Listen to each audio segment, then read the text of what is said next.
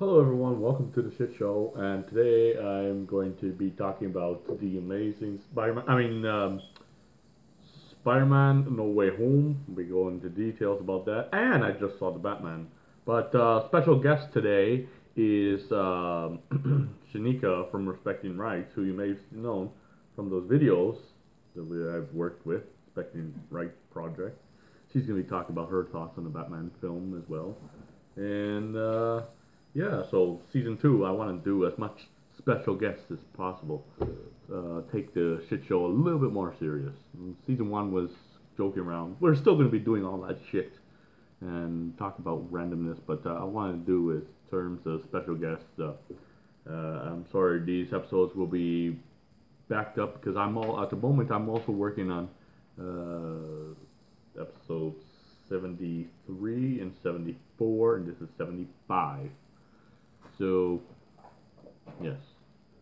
So first off, today I saw Spider-Man No Way Home for a second time, and I saw two films actually, Marvel versus DC, which I wish that was a real thing.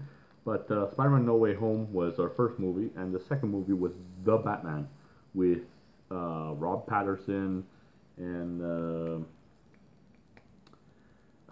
guy who plays as Bullseye. Carolyn Farrell? Carolyn Farrell? Well, I don't know his name.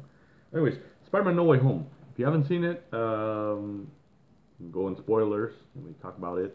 So it starts off, it picks up right after Far From Home, where the world finds out that Spider-Man is Peter Parker, which I thought that was great because that's never with the Tobey Maguire and the Andrew Garfield, they never really explored that. It was awesome. So everyone found out. So his secret identity was. It also kind of reminded me a little bit of. I'm probably gonna get hate for this, but I'm the only one. I'm the only Spider-Man fan that loves this comic. It is Spider-Man. Um,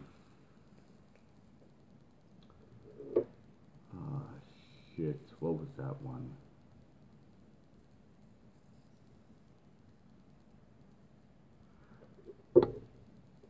The one where he, spoiler alert, if you haven't read the comic, he makes a deal with the devil, and he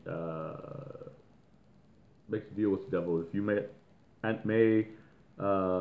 live, you can have my soul, stuff like that. And that happens. The devil ends up erasing Spider-Man's memory, and Mary Jane is no longer his wife, and they were expected to have a kid, but that happened. So I go into a little bit of detail of that as the show goes on. So the Easter eggs. I love the Easter eggs. I love that throwback to the old Spider-Mans, the Tobey Maguire and the Andrew Garfield. I actually liked the appearance of both characters. I also loved. I will tell you that I loved that they were dissing Andrew Garfield in some parts. The bad guys, I love the intros. I love the interactions with the bad guys. I thought that was great. How Norman Osborn was talking to Doctor Octopus and saying, "Well, how you alive? You died in the past, so how is this happening? You're a ghost." And Sandman, I didn't get his deal because in Spider-Man 3 back in 2007, he was good. I don't know. They kind of left that. I'm just glad they got rid of Topher Grace. Topher Grace was shit. For watching it for a second time, I noticed that if you look carefully at the ending, at the sky, when Doctor Strange is closing the portal, closing the universe, if you look carefully in the skies, you will see the next villains in the next films or upcoming villains, such as Rhino, such as Craven Hunter, Black Cat, just to name a few that I picked up. Anyways, stuff like that. I love the comics. I mean the different suits. Still love the Iron Spider suit. I thought that was amazing. I thought that was awesome. Little Easter eggs, like if you when Electro was fighting, when he had the Stark reactor. If you look carefully, when he shoots his lightning, it shows the Electro's mask that he had in the comics. Doctor Octopus. I love that they use lines, "Power of the Sun," "The Palm of My Hand" from Spider-Man 2, and when Norman Osborn says, "Can Spider-Man come out to play?" That was awesome. I also love how the Spider-Mans interacted with each other, and I want to know where this franchise is going. Is this the last one? Are they going to reboot Spider-Man? What are they gonna do in the future? I can't wait. As a Spider-Man fan, this movie, I'm buying this when it comes out on Blu-ray because this is awesome. I've been waiting since December to see this film. And now that I'm seeing it, it is so worth the wait. I see the Easter eggs. I see all that stuff. As a huge Spider-Man fan, it puts a smile on my face. I'm like, hey, I got that. I got that. Boom, boom, boom, boom, boom, boom, boom. I'm gonna tell you one thing. When Spider-Man's fighting Dr. Octopus, if you look in one of the cars,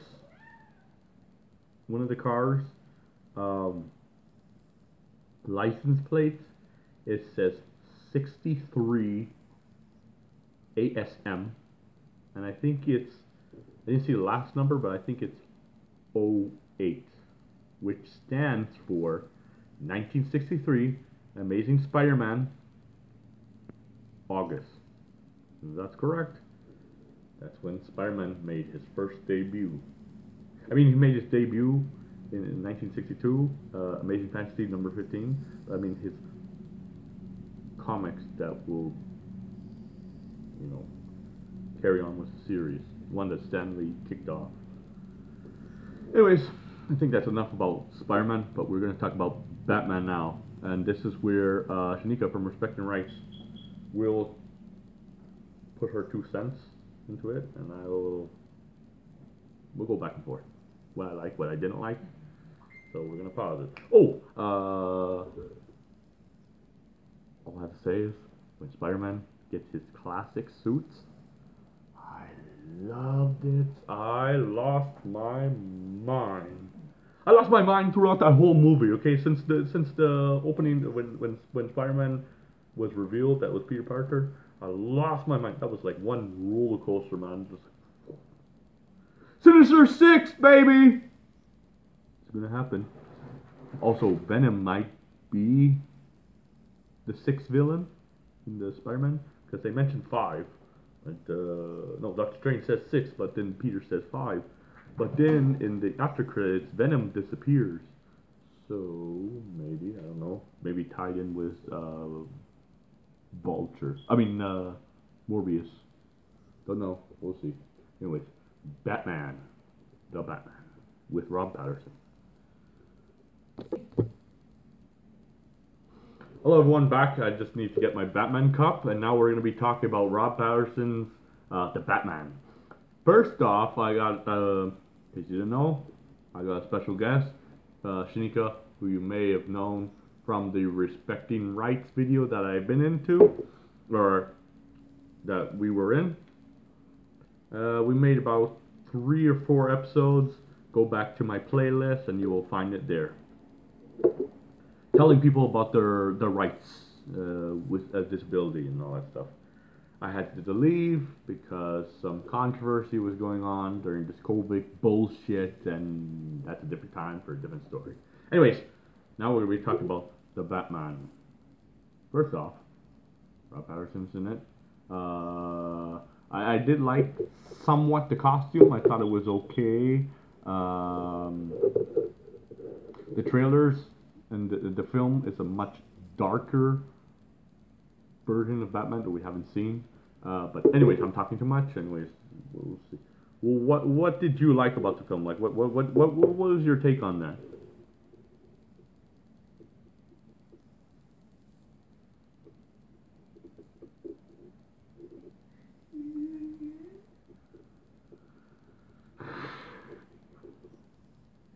Okay.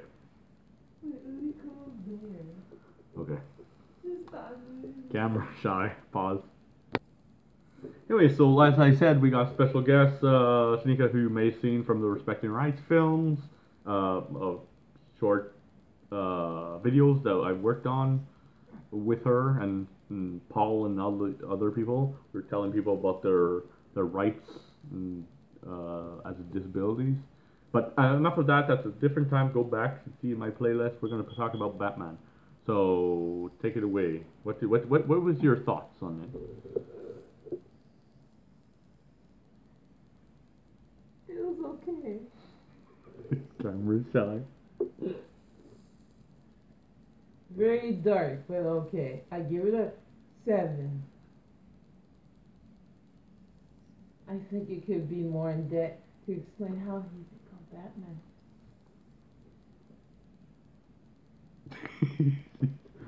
He's camera shy. It's okay. But well, what did you think of the story? What did you think of the characters and the whole Batman? The way Rob Patterson betrayed Batman. I think he could have done a better job. I think so too. I mean, I was watching this Batman film. Don't get me wrong, he's okay. I mean, every Batman, Adam West was the 60s, Michael Keaton was like the 80s, so it was a little bit darker. It had the Tim Burton films, Val Kilmer. You know, it was kind of like comic book meant for kids. Don't even talk about George Clooney. Who's George Clooney? Fuck that. Get the fuck out of here, man. George Clooney, garbage. Back nipples, and I want that. And who says hello, what is it? Hello, Freeze? It's Batman, or whatever he said. His intro was like, hi, Freeze, I'm Batman. They're like, what the fuck? Oh, and then Arnold gets turned on by buttons. He's like, oh, yes. I'm not making that up. Go back to the movie. In the beginning, when they're on the spaceship, I can't remember, I haven't seen it in so long, but he's on some rocket or something, and Batman has to stop him. Anyways, he's pushing buttons, and Arnold, who was Mr. Freeze at the time, he's like, oh yes. I don't know.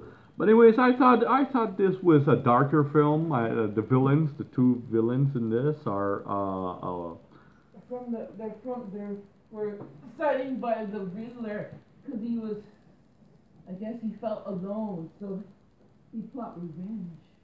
Yeah, the Riddler. It was much a darker film. I felt at the time it was kind of like horror movie-ish, where he was like playing mind games with Batman, but then also he was scaring the audience, the city of Gotham, and he was just like talking in the deeper voice. I don't know. I can't do it, but the whole time I couldn't help but Rob Patterson's portrayal of Batman, like throughout the whole movie, kind of bothered me because all his face is just like this. He's supposed to be the Dark Knight. I mean, I understand this is his first film. He's supposed to be like maybe his first year as Batman. But when Riddler was giving him the riddles, I felt like even Alfred had to help him. Batman didn't know anything. He's like, I don't know. I don't know. That shit. If I was Batman, I'd kill Riddler. I got a guy running around in clown makeup. I got a hot chick chasing after the clown. I got a fat ass penguin. I got some fucker on steroids. I got an ice dude that's turns on by buttons. I don't got time for these fucking riddle games. Oh man. But I have to say the best Batman is Batman Returns and Batman. And Batman Forever. George Clooney, Batman and Robin, he played horrible. I give him a 0. Oh yeah, George Clooney was horrible, man. It's like, even, you know, the film was so bad, even George Clooney and all the cast members had to apologize how horrible that film was. Even the fucking director, George Schumacher, had to apologize. See, even my cat's apologizing. You don't have to apologize, baby, okay? That movie was a piece of crap.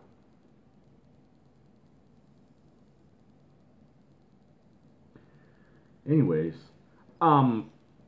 The Penguin was also in this film, the new Batman film. Spoilers. But they didn't give him much to do. I mean, he was just there for a plot, and then he was just gone. Now maybe they're gonna set it up for a sequel or something like that. I don't know. But I also felt that Rob Patterson. I keep saying Rob Patterson instead of calling him Batman because I do not see him as Batman. Batman to me is Kevin Conroy, who plays the best Batman in the animated series, Michael Keaton, Adam West, and Christian Bale. I like Christian Bale. Yeah, whatever. But Rob Patterson, I just don't see him as Batman. I mean, at times I thought he looked anorexic. I mean, he's not bulky like Batman and all them. I mean, between you and me, Spider-Man would whoop Batman's ass in a fight. Come at me, bro. Fuck off. Rob Pattinson doesn't fit the role of Batman. He fits more as Edward as in Twilight. Oh, God. Twilight. I remember that was a big thing. Everyone was horny for Twilight. I remember Wisdom Nar and his girlfriend tried to get me to go into the last one. I don't know, one where they have a baby or something. I don't know. Breaking Dawn, I think it was called. And I said, fuck this, I'll walk around in a circle. And just that's what I did. But the Riddler was good. I liked the Riddler. I thought he was great in this film. Towards the end. Then once towards the end, I kind of found him annoying when he wasn't wearing his mask and stuff like that. Spoiler alert, the Joker is the next villain. It tells, you know, he meets the Riddler in the cell, and they were talking, and he said, "Oh, I'm your friend," and he starts laughing maniacally, and then the camera pulls out, and it shows Joker's cell, Riddler's cell, and it shows 3 others. And now, to me, I think they're gonna do, if they do plan on doing this, maybe the second or third, they might do what they did with the Adam West TV show movie, where they had Catwoman, Joker, Riddler, Penguin as the villains in one film. But Catwoman kicked butt in this movie, along with Batman, spoiler people. But she played the best Catwoman in that Batman movie that I saw. I did like her performance. I did like how like Batman and her were kind of teaming up, and he needed her to go into the Penguin's club, where the bad guys were hiding underground. It's a club within a club.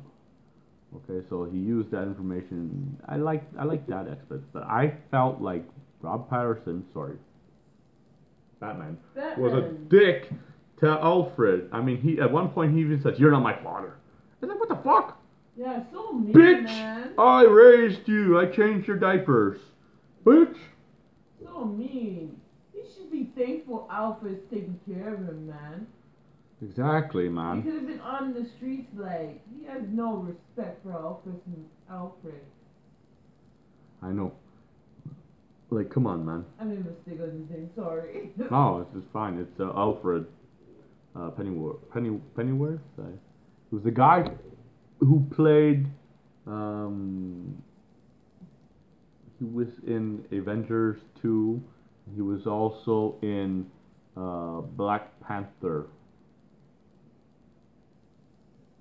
Sure, Batman sounds like Black Panther. Skywalker in the Star Wars. When he found out Darth Vader was his father, he sounds like a whiny baby. Yeah. But no, I'm a huge Star Wars fan, but I just had to bring it up. I know. Why didn't Darth Vader just use the Force to grab him? I don't know. I guess he just wanted. They did that in a Robot Chicken episode. He's like, "Where are you going? Nuh-uh, you're coming with me. I'm your father. You do what I say." Yeah, that's how Batman sounded like when he told Alfred that you're not my father. You sound like Luke Skywalker. I understand every Batman has a Batman voice, but I didn't buy it with this one. Half the time, I I I zoned out. And I woke up. I didn't wake up, but I was just like, okay, what the hell just happened? How did that happen? So I might watch it again. But I'll wait until it's on Prime or DVD or maybe cheap nights, Tuesday cheap nights at the movie theaters to go see it again. I'm not gonna rush to go see it. It ain't no Spider-Man. I'm sorry. Spider-Man was good. Spider-Man was. I like Spider-Man, but I was so happy they made fun of Andrew Garfield. can we stop with the fucking whole backstory of Batman and his background? I mean, everyone knows his origin story by now. Martha and Thomas Wayne get shot. Now with this one, they put a twist, which I thought it was kind of okay. It turns out that Thomas Wayne went to a thug for help because he was running for mayor, and apparently that backfired. So then that's how he ended up getting killed. Right? Spoiler. Also, the Batman's outfit. Let's talk about that for a second. Oh no, I would give that a 5. I think it's okay. It looks like a cosplay outfit. It doesn't look like a movie theater, movie outfit. But his head looks like something you would find at like one of those Pez dispensers, those little toys and stuff like that. I'll give this to a 5 out of 10. It didn't look like Batman either. I thought it looked okay. I did like that part where there was a car chase that was going on, and the car flips over, and Batman's walking towards the Penguin as he's chasing after him, and he's walking slowly, and there's fire and explosion in the background. It's badass. You see it in the trailer.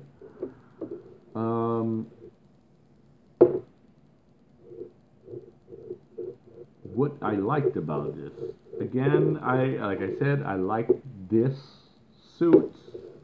It's okay. I'm 50-50 about it, you know. I liked it because it was dark. 50-50. I like the Riddler. That was a horror movie kind of feel. At least I think is that's my take. I like that Batman was using his detective skills, even though that he had outside help and stuff like that. I thought that was okay. There was not much fighting. When there was fighting, Batman was kicking ass. He was kicking 5 or 6 people's ass. He wasn't just, okay, you take your turn, you take your turn, you take your turn. He was whooping all, boom, boom, boom, boom, boom, boom. Yeah, some Bruce Lee shit was going on. Yeah, Holy shit. I like that. I like the fight scene. It was just crazy, man. I give that 10 out of 10 with the fight scene in Batman. Oh yeah. But